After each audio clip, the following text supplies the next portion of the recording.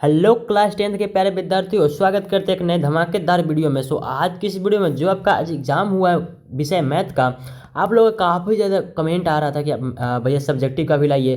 तो मैं आप लोगों के लिए इस वीडियो में सब्जेक्टिव का आंसर की कराने वाला था। आप लोग वीडियो को अंत तक जरूर देखें, वीडियो काफ़ी इंपॉर्टेंट होने वाला है। और अगर चैनल पर नए हो तो वीडियो को लाइक करके चैनल को जरूर सब्सक्राइब कर देना, क्योंकि ऐसे ही वीडियो चैनल के माध्यम से मिलते वीडियो को लाइक करके चैनल को जरूर सब्सक्राइब कर देना। ठीक है, अब आपको मिल जाएगा डिस्क्रिप्शन में व्हाट्सएप चैनल, नहीं वहाँ सब लोग व्हाट्सएप चैनल को ज्वाइन करना, क्योंकि जय बोर्ड से रिलेटेड सबसे पहले आपको अपडेट वहीं पे मिलता है। व्हाट्सएप चैनल को ज्वाइन करना मत भूलना, उसका लिंक जो है डिस्क्रिप्शन में दे दिया गया है। चलिए फिर हम लोग क्वेश्चन नंबर 31 से लेकर के सारे प्रश्नों को उत्तर के साथ हम लोग देख लेते हैं। ठीक है, आई होप कि आप लोगों ने ऑब्जेक्टिव का जो मैंने एमसी की वीडियो अपलोड किया है उसे आप लोगों ने देख रहा होगा। ठीक है, और मैं आप लोगों को एक चीज़ बताना चाहता हूँ कि जो मैंने 11 का जो आंसर बताया था ऑब्जेक्टिव में उसका बी हो जाएगा। ठीक है, और जो तो मैंने क्या कहा 11 का हो जाएगा बी और 18 का क्या हो जाएगा, 18 का जो हो जाएगा हमारा 18 का सी आपको करना था। ठीक है, उसमें मैंने थोड़ा सा गलती कर दिया था, 11 का बता दिया था मैंने, सी बता दिया, सॉरी डी बता दिया था। ठीक है, तो आप लोग इस चीज़ को मैनेज करना है। ठीक है, नेक्स्ट हम लोग सब्जेक्टिव प्रश्न को उत्तर को देख लेते हैं। ठीक है, साथ ही सारे दोस्तों इस वीडियो को शेयर भी कर देना। चलिए फिर हम लोग वीडियो को स्टार्ट करते हैं, एक एक करके सारे प्रश्नों को उत्तर को देख लेते हैं। यहाँ पे हमारा सबसे पहले पूछा था HCF दे दिया था हमारा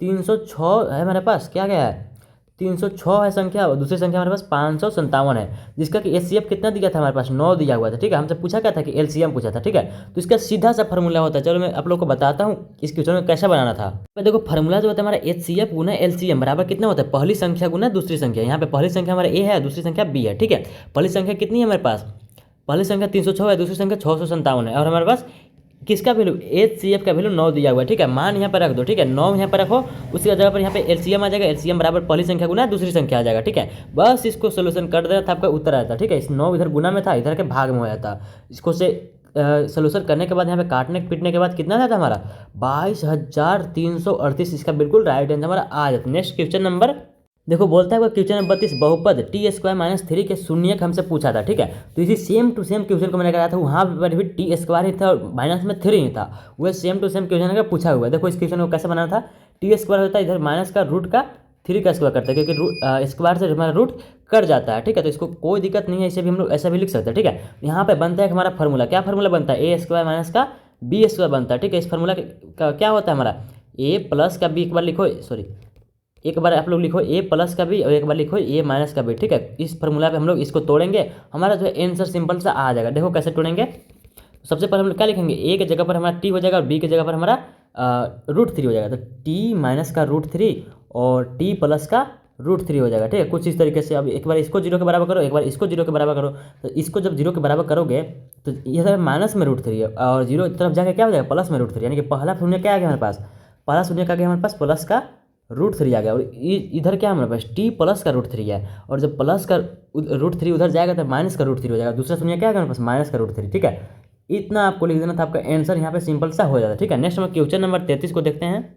मेरे पास क्वेश्चन नंबर 33 तो उपलब्ध नहीं है, मैं आपको सीधे क्वेश्चन नंबर 34 कराता हूँ। 34 देखो, आप इसे क्या बोलता है, दो समपूरक कोणों में बड़ा कोण छोटे कोण से 18 डिग्री अधिक है तो उन्हें ज्ञात करना, दोनों कोणों का हमें ज्ञात करना। बोलता क्या था, बोला क्या से हम थे, दो समपूरक कोणों में बड़ा कोण क्या है हमारे पास, बड़ा कोण छोटे कोण से 18 डिग्री अधिक है, तो हमसे दोनों कोणों का मान हमसे पूछा है। चलिए फिर हम लोग इसके उत्तर को देख लेते हैं। दो समपूरक कोण हमारे पास क्या है, पहला मान लो x है और दूसरा y है। ठीक है, जहाँ की y क्या है हमारे पास एक से अधिक है। ठीक है, समपूरक कोणों का योग कितना हमारे पास 180 होता है, आप लोग को पता होगा। तो x + y बराबर कितना हो जाएगा 180 हो जाएगा, क्योंकि देखो जो बड़ा कोण है छोटे कोण से 18 अधिक है, तो क्या हो जाएगा y बराबर x + 18 हो जाएगा। ठीक है, y बराबर x + 18 हो जाएगा। तो यहाँ पे देखो, यहाँ जो हमारा इक्वेशन बना था एक x + y बराबर 180, तो इस y की जगह पर हम लोग लिख सकते हैं x + 18।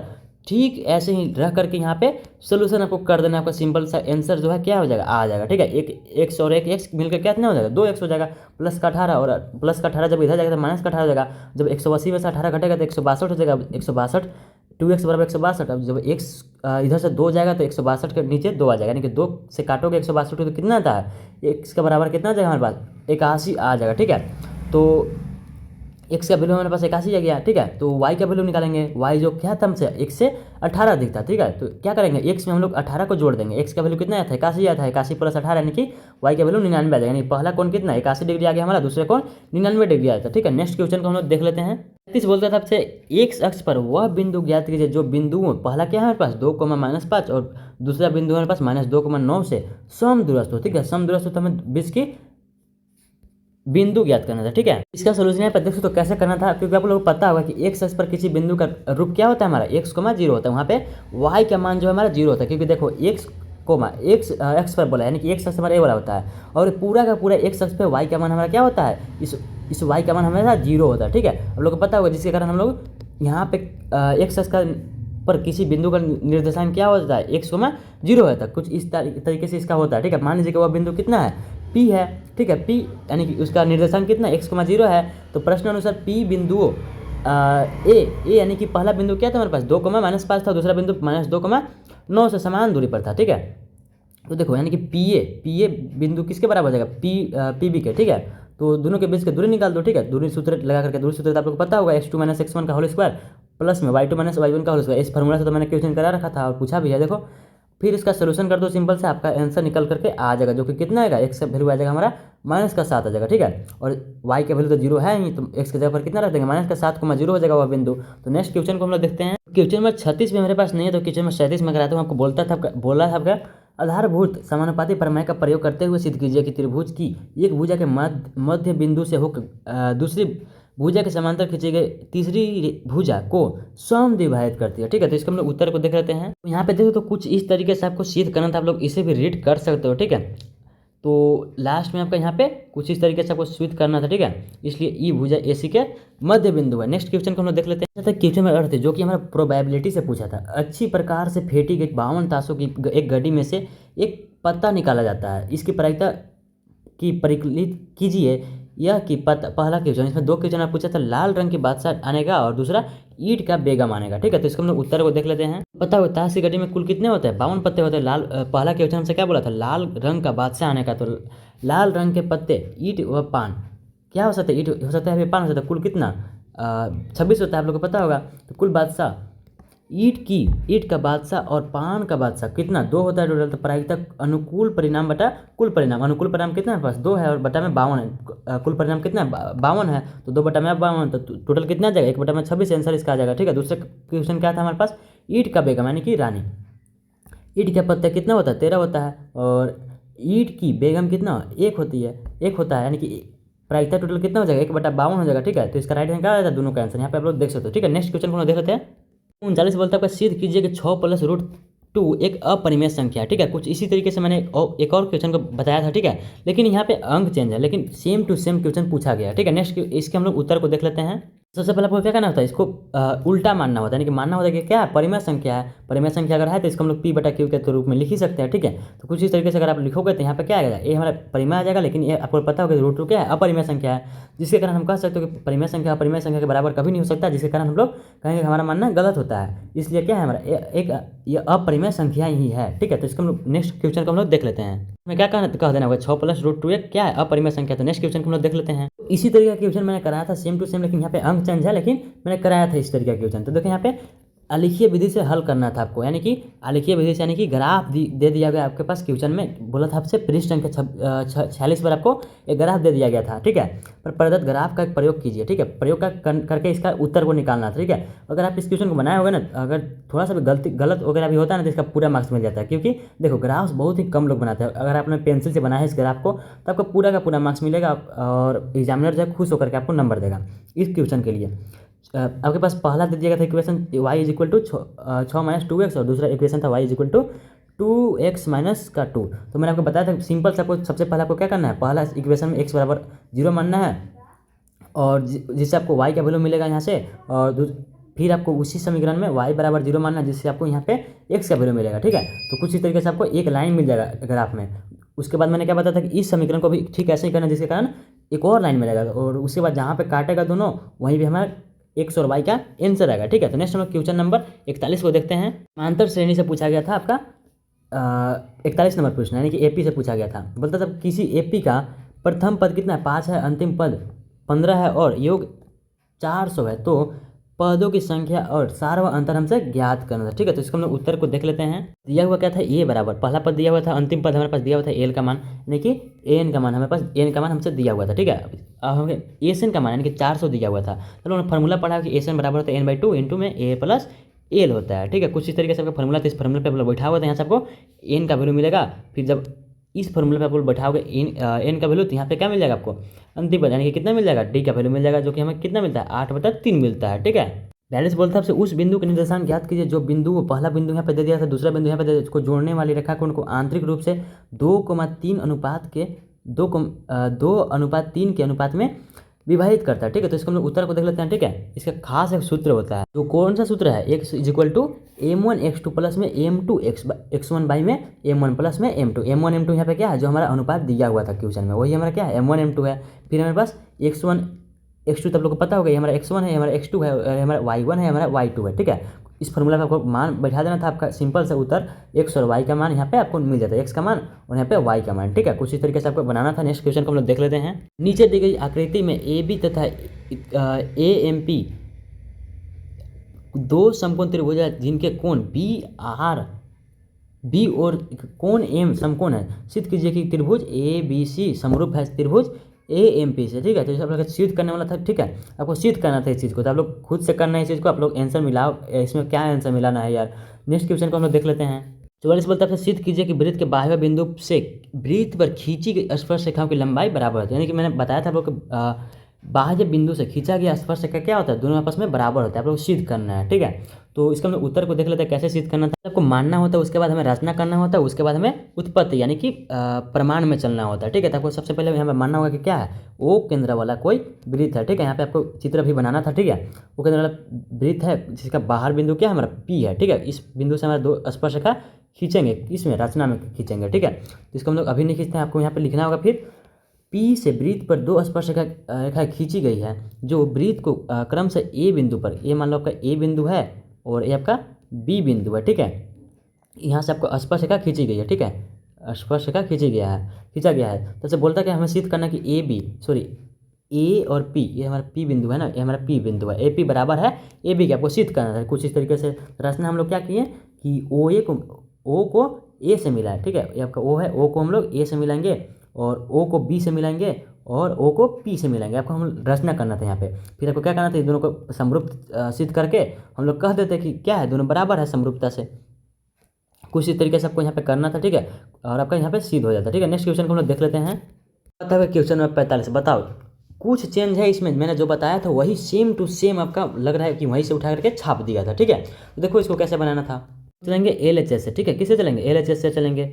LHS से चलने के बाद यहाँ पे क्या करना है, ये आपका LHS में था, हम लोग दोनों तरफ 1 + sin a से गुना किए थे। मैंने बताया था आप लोगों को इसमें क्या करना था, इसमें दोनों तरफ 1 + sin a से गुना करना था, जब मैं इस क्वेश्चन को करा रहा था आपको बताया था। ठीक है, और इसी क्वेश्चन को मैंने कराया था, यही क्वेश्चन आपका सेम टू सेम पूछ दिया है।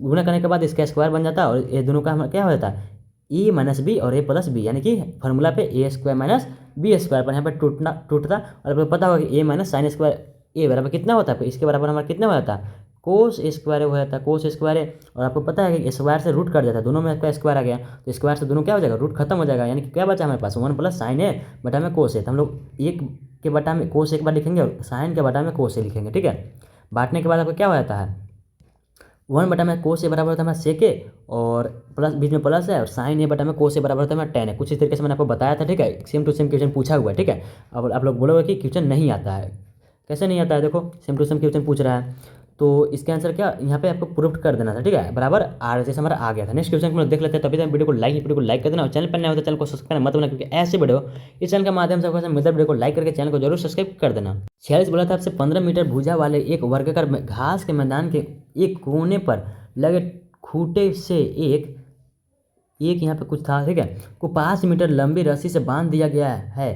बोलता आपसे कि यहाँ पे क्या लिखा हुआ है कि उस भाग का क्षेत्रफल ज्ञात कीजिए जहाँ घोड़ा घास चढ़ सकता है। ठीक है, सेम टू सेम आपका NCERT से क्वेश्चन उठाया गया है, तो इस क्वेश्चन का आप लोग किया हुआ आप लोग कर सकते हो इस चीज़ को। ठीक है, तो नेक्स्ट इसका हम लोग उत्तर को देख लेते हैं कैसे बनाना था, कितना इसका उत्तर आएगा। ठीक है, यहाँ पर घोड़ा वर्गाकार मैदान के एक कोने पर बांधा गया है, रस्सी की लंबाई कितना है 5 मीटर में क्वेश्चन में गिवन है, यानी कि दिया गया है, तो वर्ग की भुजा 15 मीटर है। ठीक है, परंतु इससे घोड़े के चढ़ने के क्षेत्र पर कोई प्रभाव नहीं पड़ता क्योंकि वह कोने पर बंधा है, बताया गया। ठीक है, इसको आप लोग नहीं, इसको लिखना नहीं था। ठीक है, इसको यहाँ पे बताया गया आपको, रस्सी कोने पर बंधी है अतः घोड़ा 1/4 घास चढ़ सकता है। देखो कहने का मतलब क्या है, वर्गाकार आपका खेत है। ठीक है, यहाँ पे आपका कोने पर बंधा हुआ है कोई घोड़ा। ठीक है, यहाँ पे कोने पर बंधा हुआ है, यहाँ पे कोने पे बंधा हुआ है। ठीक है, और इसका लंबाई कितने 5 है और इसका कितना हमारे पास 15 है, ठीक है। तो क्या हो सकता है, एक चतुर्थांश तो चढ़ सकता है, सिर्फ इतना दूर में तो चढ़ सकता है मैदान का घोड़ा। तो यही चीज़ यहाँ पे बोल रहा है, ठीक है। देखो यहाँ पे नेक्स्ट आपको लिखा गया यहाँ पे क्षेत्रफल सूत्र से, क्षेत्रफल सूत्र क्या हो जाएगा 1/4 हो जाएगा, क्योंकि देखो पूरा का क्या होता है, सॉरी यहाँ पे मैंने एक वर्ग बना दिया, यहाँ पे क्या था हमारा वृत्त था। तो देखो यहाँ पे क्या हो जाएगा 1/4 पाई आर स्क्वायर हो जाएगा, ठीक है। 1/4 पाई आर स्क्वायर 1/4 क्यों होगा, क्योंकि देखो जो था आपका यहाँ पे कोने पे बंधा गया था ना, कोने पे बना गया था, 1/4 भाग को ही चढ़ सकता है वो, ठीक है। तो यहाँ पे आपको लिखना होगा, यहाँ पे आपको लिखना होगा कुछ इस तरीके से। आपको लिखने के बाद आपका उत्तर यहाँ पे आ जाता है। कितना उत्तर आता है यहाँ पे मैं आपको उत्तर दिखा देता हूँ, तो कितना आता 19.625 मीटर स्क्वायर आपका आंसर आ जाता है, ठीक है। यानी ये घोड़ा 19.625 वर्ग मीटर क्षेत्र में घास चढ़ सकता है, ठीक है। नेक्स्ट क्वेश्चन को देख लेते हैं। सदाई से बोलता था आपका द्विघात समीकरण 2x² - 2√2x + 1 = 0। ये तो आपको फंसाने वाला क्वेश्चन दे दिया था, लेकिन डरना नहीं है ऐसा क्वेश्चन था, ठीक है। पहला पूछा था फिर विविधकर, दूसरा पूछा था द्विघाती सूत्र का उपयोग करके मूल ज्ञात करना था, ठीक है। तो इसको हम लोग उत्तर को देख लेते हैं। तो बताया था विविधकर का फॉर्मूला क्या होता है, d = b² - 4ac होता है, ठीक है। तो यहाँ पे हमारा a का वैल्यू कितना है 2 है और b का वैल्यू कितना है -√2 है, ठीक है। -√2 है और c का वैल्यू कितना है 1 है, ठीक है। तो इस यहाँ पे लिखो, यहाँ पे b के जगह पर कितना आ जाएगा, b के जगह पर -√2, ठीक है। 2√2 का स्क्वायर कितना हो जाएगा माइनस का स्क्वायर प्लस और 2 का स्क्वायर 4, √2 का स्क्वायर 2 हो जाएगा, ठीक है। तो 4 × 2 हो जाएगा, यहाँ पे 4 × 2 × 1 कितना हो जाता है हमारा 8 हो जाता है, ठीक है। 8 माइनस में हो जाएगा 4 × 2 यानी कि 8 और पहले से 8 और 8 कट के कितना हो जाएगा 0 हो जाएगा, यानी कि डी का वैल्यू कितना आ गया, पहला आंसर कितना आ गया 0 आ गया, आपका पहला आंसर हो गया। और द्विघाती सूत्र का उपयोग करके हमें क्या करना था, मूल ज्ञात करना था। तो द्विघाती सूत्र क्या होता है, x = माइनस का b प्लस माइनस रूट का d होता है, ठीक है। कुछ इस तरीके से माइनस प्लस की होता है, ताकि हमें, क्योंकि हमें दो मान को निकालना रहता है। तो d का वैल्यू कितना हमारे पास 0 है, तो इस फार्मूला पे हम लोग बैठाएंगे मान को और आपका आंसर आ जाएगा, ठीक है। 2 से 2 कटेगा, √2/2 आ जाएगा, ठीक है। उत्तर पहला कितना है यहाँ पास d आया और दूसरा कितना है यहाँ पास √2/2 आपका आंसर हो जाता है, ठीक है। नेक्स्ट क्वेश्चन को हम लोग देख लेते हैं। आपका क्वेश्चन में 18 से 48 बोलता है एक त्रिभुज ABC की भुजाएं AB और AC तथा माध्यिका AD क्रम से एक अन्य त्रिभुज PQR की भुजाओं PQ और PR तथा माध्यिका PM के समानुपाती है। सिद्ध कीजिए कि त्रिभुज ABC समरूप है त्रिभुज POR के। तो आपको सिद्ध करना था, आप लोग खुद से सिद्ध करो, ठीक है। क्योंकि देखो इसमें आंसर क्या काहे मिलाना है, ठीक है, इसमें से सिद्ध करना था। नेक्स्ट क्वेश्चन नंबर 49 को हम लोग देखते हैं। बोला था भाई आपसे एक समतल जमीन पर आपका हाइट एंड डिस्टेंस से क्वेश्चन पूछा गया था। खड़ी मीनार की छाया उस स्थिति में 40 मीटर लंबी हो जाती है जबकि सूर्य का